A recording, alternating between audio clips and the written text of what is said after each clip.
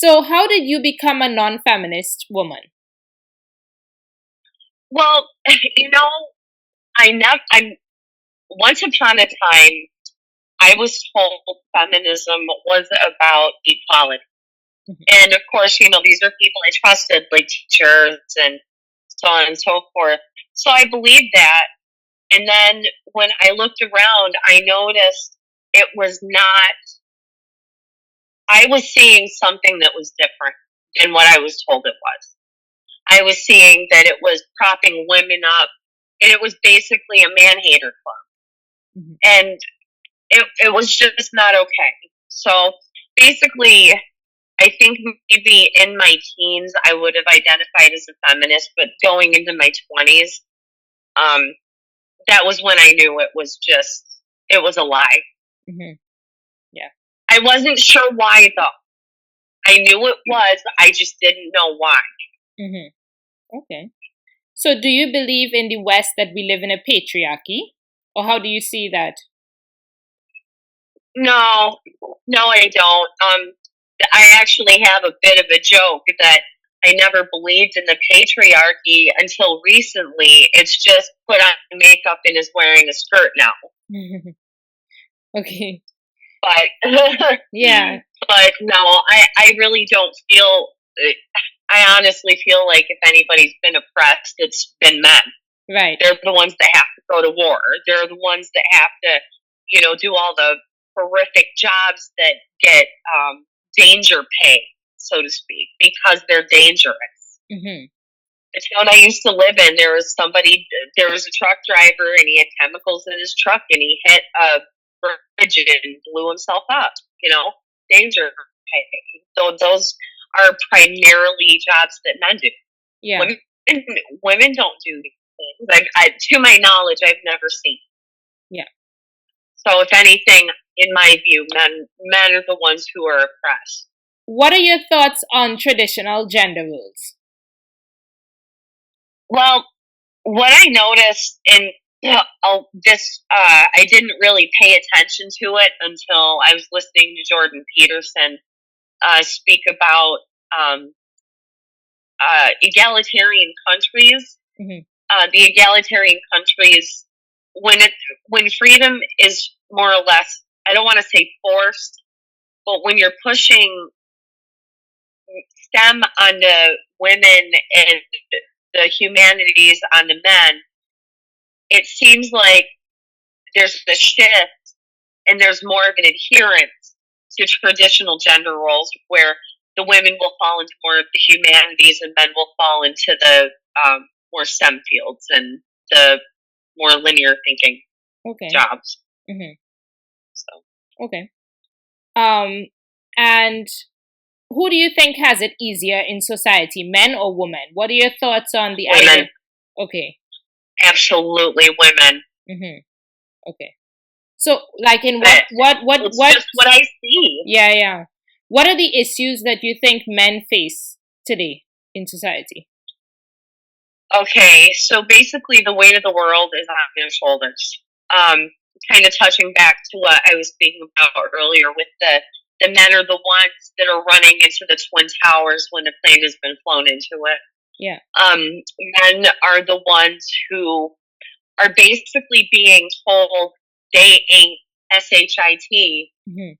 and they're the ones that have to go to work and bust their rear ends, to let their wife stay at home. A lot of the times, I'm not saying all the time, mm-hmm. You're always going to have your outliers. You're always going to have people that don't adhere.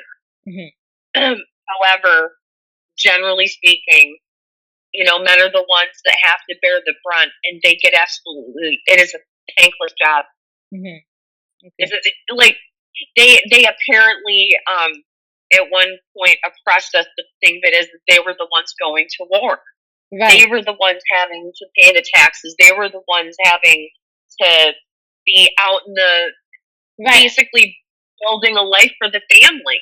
Right. It was on the men's back. And they're saying that this is oppression.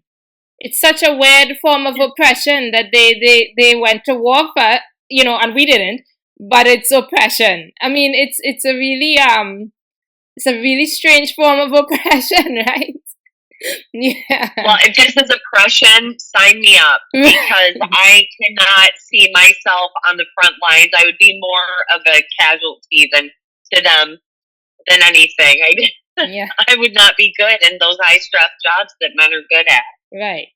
So, what are your thoughts on MRAs, men's rights activists? There needs to be more. Mm-hmm. And I think there are more women that feel like you and me out here just living their lives and seeing how unfair men are treated out in the world. And I think it just, like you kind of touched upon in an email, how more voices of just regular people should be heard. And I was thinking about that, and you're absolutely right. The more regular people, those are the people that are voting. Those are if it even does anything. Those are the people that does something. It's true, but it's true. The feminists are so loud. They pretend that they're women, and they keep saying that they're speaking for women, and it's absurd. Because it's like, no, yeah, this is not the voice of women. I understand that you feel like that, but just because you feel like that, it doesn't mean that everyone feels. You understand? Yeah, well, do you know what the Dunning-Kruger effect is? What is it?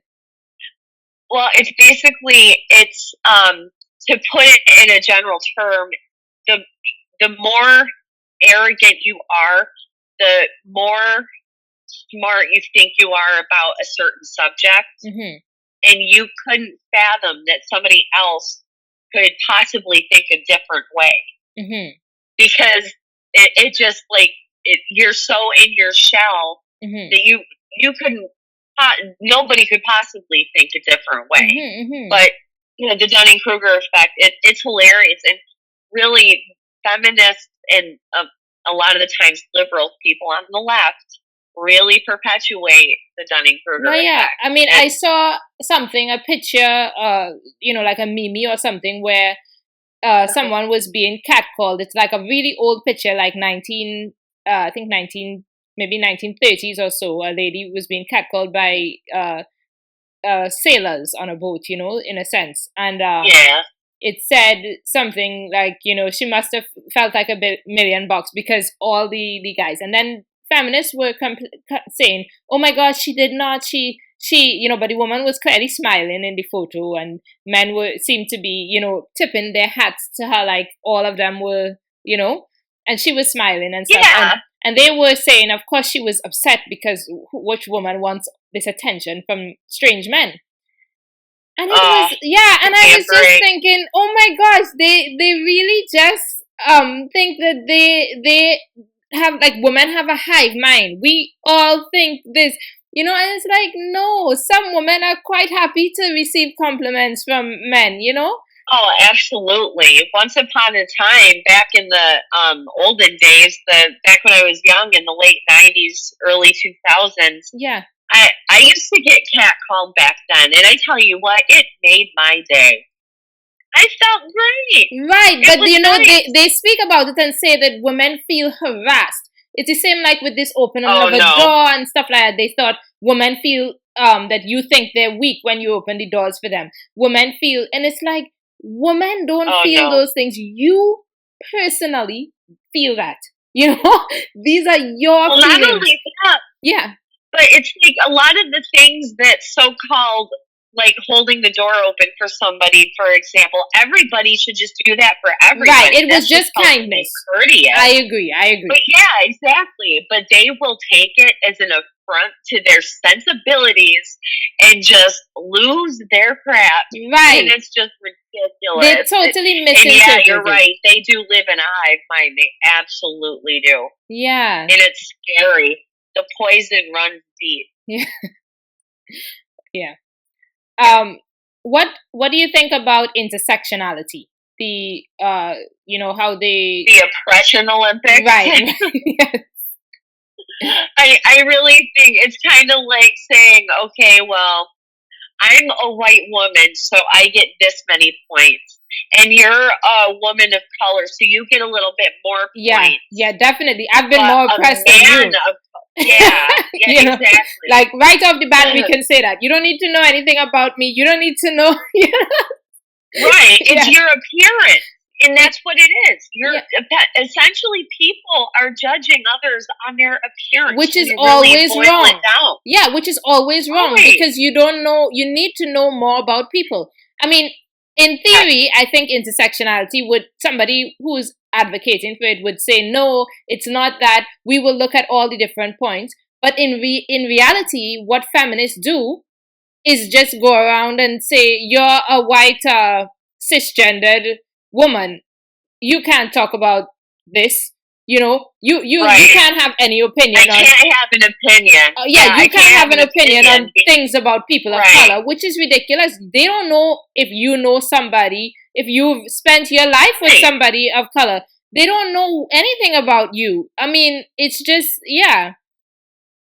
I heard it put one time that I don't have to be a veterinarian to know that if somebody kicks a dog, that's animal abuse. Right.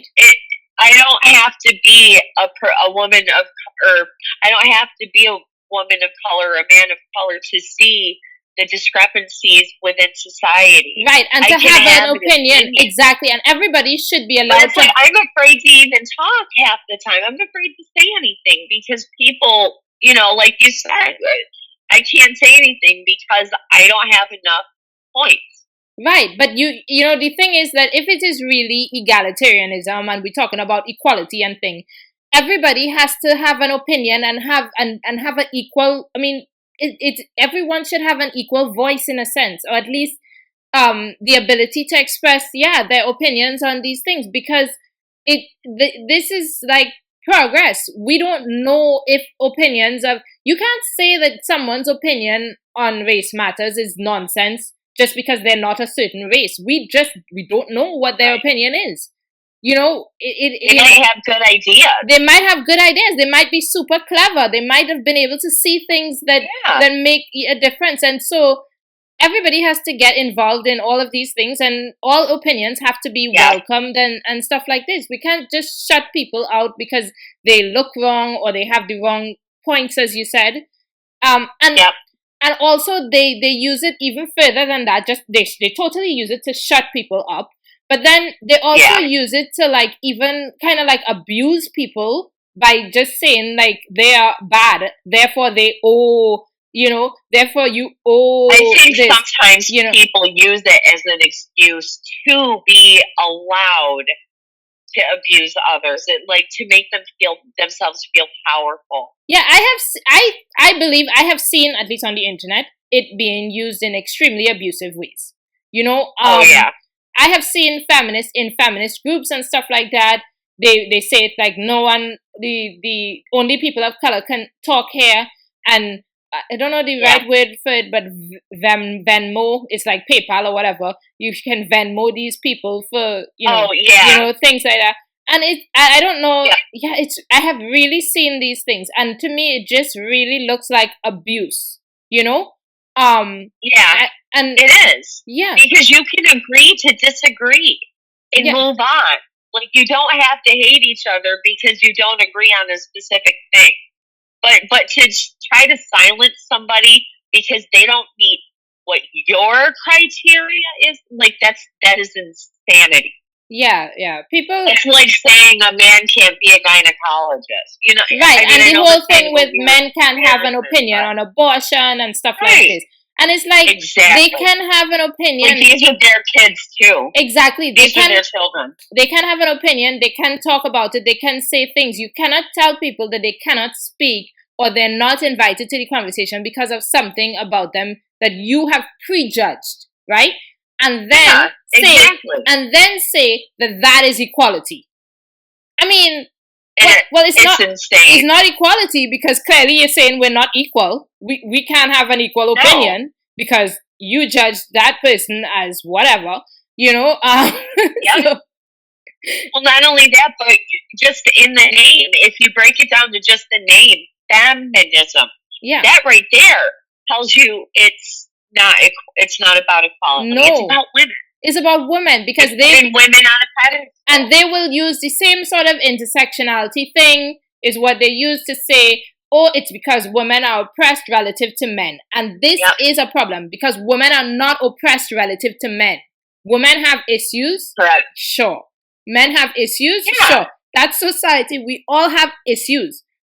But women are not We're all people. Yeah. So in society, all the different groups have some issues, right? But especially when we talk about women and men, I cannot see how women are more oppressed than men. Yes, women may have... I can't either. Yeah, I mean, maybe we have less money. That's the only thing that I could see what they think. You know, we have less money on paper.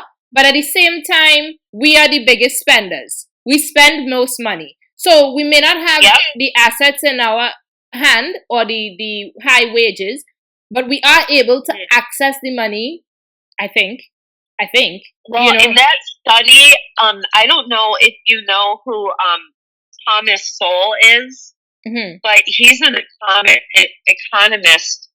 He's an American economist. He's very elderly. I think he's in his 90s, if I'm not mistaken.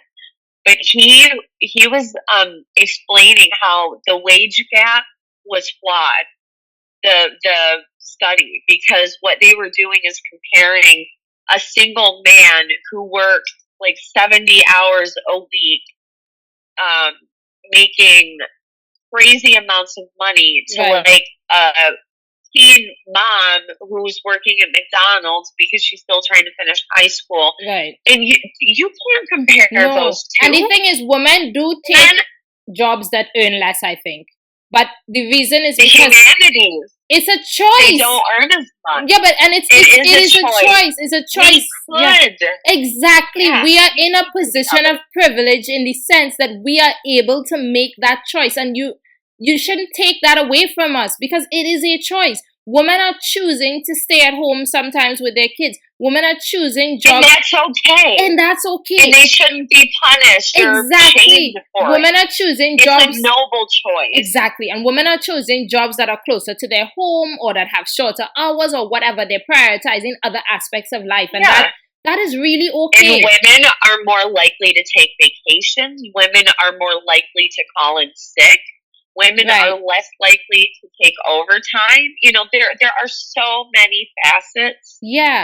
That need to be divided before you can really break it down and look and say, okay, why is it that on average women do earn less? Because on paper, it does, but there's reasons why. Right. And if anything, we oppress ourselves. Right. And then trying to have the freedom. There's nothing we can't do that men can. Right. Legally. Legally, exactly. We have all the rights. So we are equal. And, you know, feminists trying to push this work on women. I mean, this seems like this is the oppression. You know, y'all are the oppression people. Why, exactly. You know, y'all are our oppression. Leave us, you know. You know how many times I've seen a little, like a YouTube short of a woman saying, who signed women up for jobs? I do not want to do this. Who would? And just going on. It's like, exactly. Yeah, I mean, looking at working. Exactly. Looking at working and going to war and all of that as the position of privilege is really weird. Because it's not. But, of course, their problem is that some men have used finances to abuse women. Which, I take your point. It happens. Fine. Yeah. But I would have preferred... It has happened, But I would have preferred that they just address that. You know? Right. Like, you could just address that. You could address the fact... Don't allow it to happen Right. to yourself. You can fight against... Or feminists, if they wanted to fight for women, fight against that. Fight against the fact that men are using finances to abuse women, not giving her access to money, or not putting her name on the property or whatever, or not, like... It should be equal even if she's not working properly or whatever, you know? Fight against that. Right. Some sort of protection. For the protection of the woman. If you want to say That's why I think prenuptial agreements, they're not just for, like, rich people. Yeah. They are to protect everybody. And I don't think it should be seen as this negative thing. Yeah. Because, quite frankly, the divorce rates are... atrocious. Now in this system that we have, okay, we can't protect women because we have a system where the women are out there working and, you know, everything is, so I see, right. And it sort of comes to a situation, like you said, where we need prenups and everybody is kind of like for themselves until to protect everybody. Yeah. Right. So I see that. But I personally would have preferred the older system where like everybody just comes together and the money is, you know, one thing. Yeah, that is actually how actually the relationships where we have cohabitated, we pooled the money, paid the bills, and then the rest that was left over, it was quite fair. Right. But like if you give, say, 20 years of your best life to your husband and he's building his career and building a business, right. and then he leaves you right. for the secretary, you need something, just a gold digger. You need a protection, and a prenup would have said, okay, if you cheat on her, you are going to pay out the rear end. Oh, and, okay, like this. Some sort of infidelity clause. Right, okay. I don't know so what the exact laws are. Potentially every. Right. Yeah, that's what I meant by that. I'm not saying. I mean, it could potentially protect women. Right. Okay. So I would have understood. I agree. You don't get screwed. Right, and I would have understood if feminists argued for women in this sense, but instead their argument is just stay away from men. They're terrible. Don't trust them. It's a man haters club. Girls are better than boys. Yeah. Don't depend on men. Definitely don't depend on men because they are going to disappoint you. Stay away from men and go to work. And it's like... And the establishment has kind of designed it that way in a sense. Yeah, but I mean, is that a recipe for a happy life? How are we going to be happy without companionship and stuff? Is that not like something normal to want companionship? I don't understand. You know? We have, like, the thing of it is human nature. You can try to control it all you want to, but nature's going to prevail.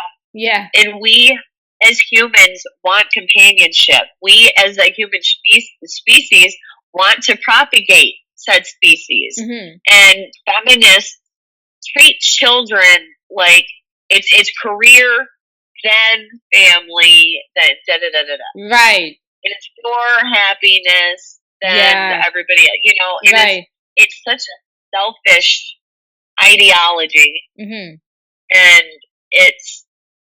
it doesn't lead to happiness. It doesn't. No, it in really the end of the day, women are not fulfilled. No, you wouldn't be fulfilled. Yeah, they will be, but they're truly not. No, you can't be fulfilled just on your own. The ultimate fulfillment of humans is each other. You know, we really like each other. And we're meant to. You know, we come from like an evolutionary background of just having each other. We didn't have all these computers. Yeah, we're social. We're social, right? We didn't have all this stuff that we have today, but we had each other for a very long time. Right. So we need each other, and I think it is okay to prioritize each other.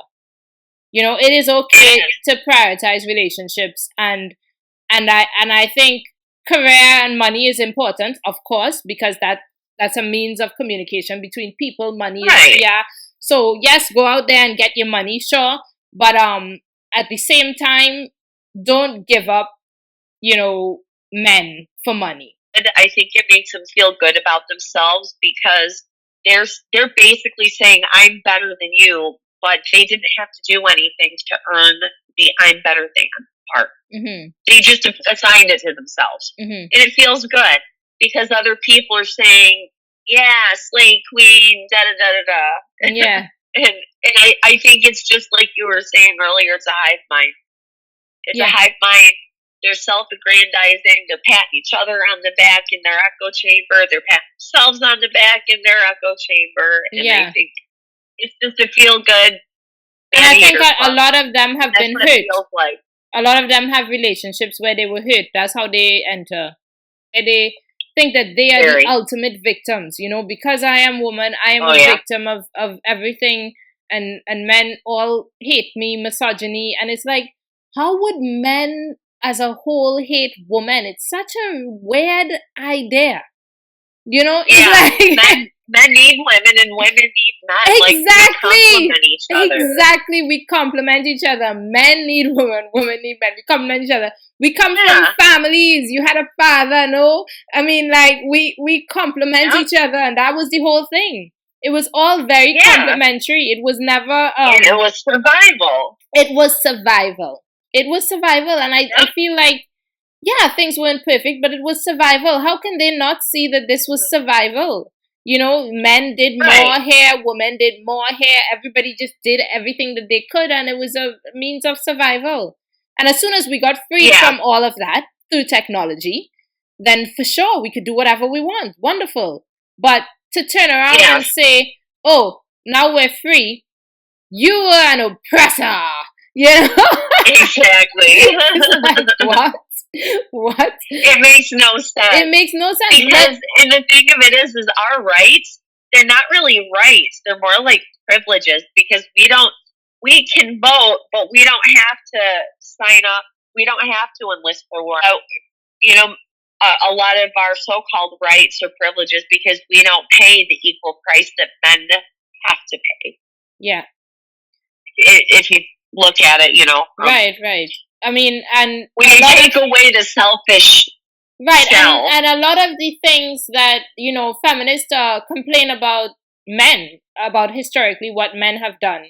It's really awful because it's so terrible when you think about it. They complain about all the things that men have done historically, but they don't give them credit for the things that they have. You know, the world that we have today, the world that we have, everything that we have, it's built on the backs of the men who died for us, of the men who built the world, of the men who did the technology, in a sense, who created all of this technology. Everything that we have today that is so safe and wonderful and that allows feminists to be feminists is built on the backs of men and women, to be fair. But men of the women were at home supporting them. And so both men. So it's not. Go to work. I don't like this thing where people say it's just built on the backs of men. No, it's built on the backs of men and women. But the point is that it's built on the backs of the people who you say were oppressors. Yeah.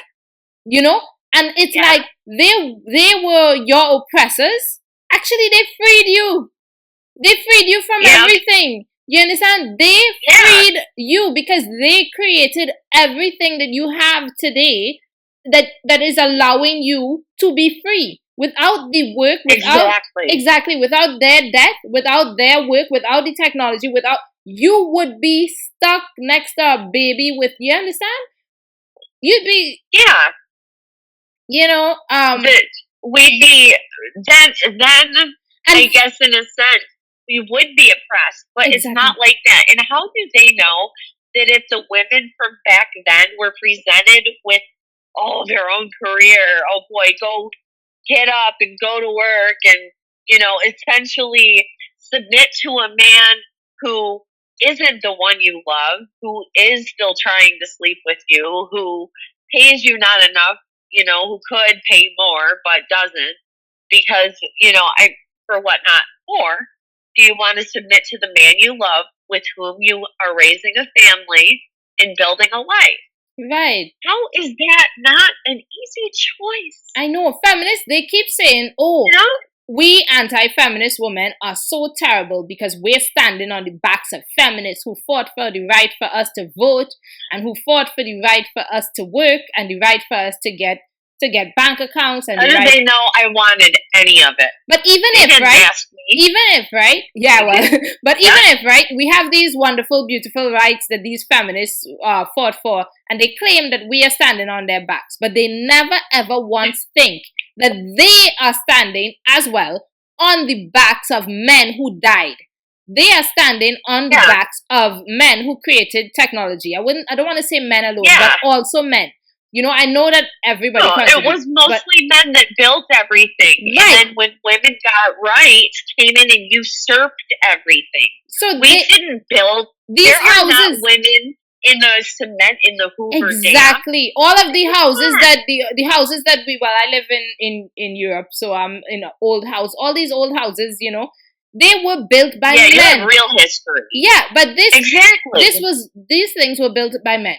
the technology, everything, whatever. I don't want to say it was only men, because I understand that society is something that works together, and so it was men and women and everybody. But the point is that they're standing on the backs of traditional society, of a society that was traditional, of a society that was all the things they say is oppression.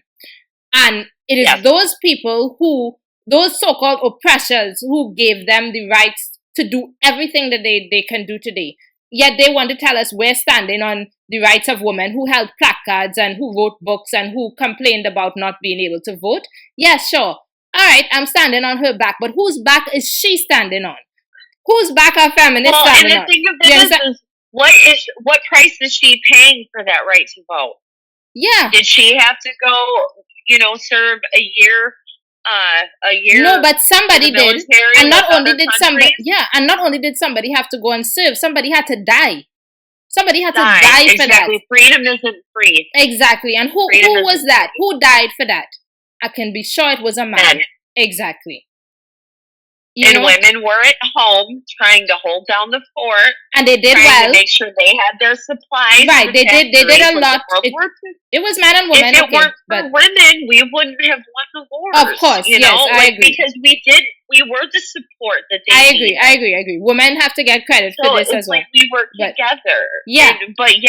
Women, these feminists think that women are the ones who are at the top, when no, why is it that it's only positions of power and prestige that these feminists want to come in and take over? Why isn't it, like Jordan Peterson says, the bricklayers? Why isn't it the carpenters? Why isn't it the truck drivers? Like, why is it only positions of power and prestige? Yeah, it's crazy. This is gonna cut that off. Makes you wonder, because they're not looking for equality. They're looking to be put above. Yeah, I agree. And the squeakiest wheels get the oil. Exactly. And that's why they are not looking for equality. If they wanted equality, they would complain about the issues that men face as well. Yeah, exactly. This is going to cut off now because I just have this free Zoom. But I'm so grateful. Thanks a lot for interviewing. Oh, thank you so much. It was wonderful to talk to you. Thank you.